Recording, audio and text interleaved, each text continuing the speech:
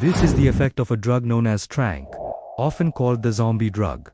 It doesn't just numb the body, it strips away the soul. Those who take it appear disconnected from life, eyes vacant, movements broken, voices barely coherent. Here, in the Kensington neighborhood of Philadelphia, it feels less like reality and more like the set of a post-apocalyptic film. Bent bodies, scarred arms, streets echoing with incoherent voices. And yet no one intervenes. No one helps. This is the world's largest open-air drug market.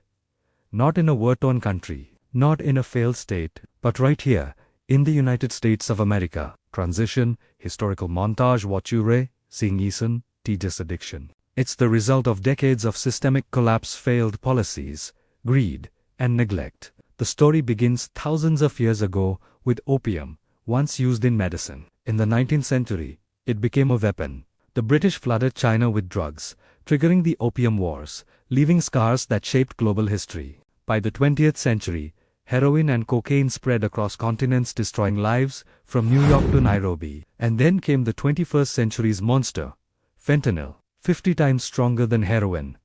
Cheap, fast, and deadly. Produced from chemical compounds in China, transformed by Mexican cartels, and smuggled across American borders. But fentanyl was only the beginning. In recent years, dealers have unleashed something new. A toxic mixture, fentanyl blended with xylazine, a veterinary tranquilizer used to sedate horses, a drug never meant for humans. The results are catastrophic. Users don't just overdose, their bodies rot. Sores turn to infections, wounds fester into gangrene. Amputations become common. In 2023 alone, Philadelphia recorded over 1,400 drug-related deaths. The toll is as if a war is raging, one fought not with bullets, but with needles. People travel here from across the country, because in Kensington, the drugs are cheap, potent, and everywhere. Dealers don't hide. Addicts don't hide. It is an open market of despair. 2 hours from Washington, D.C., 2 hours from New York City, Philadelphia is home to historic landmarks and prestigious universities. But step into Kensington, and you step into Zombieland. Shops shutter one by one. Houses lose their value, no one wants to live here. And when night falls, fear takes over the streets. Even with police patrols, it feels lawless. Every corner hides a story. A man slumped against a wall, legs decayed beyond saving. A woman whose arms will soon be amputated. Discarded syringes scatter the cybo symbols.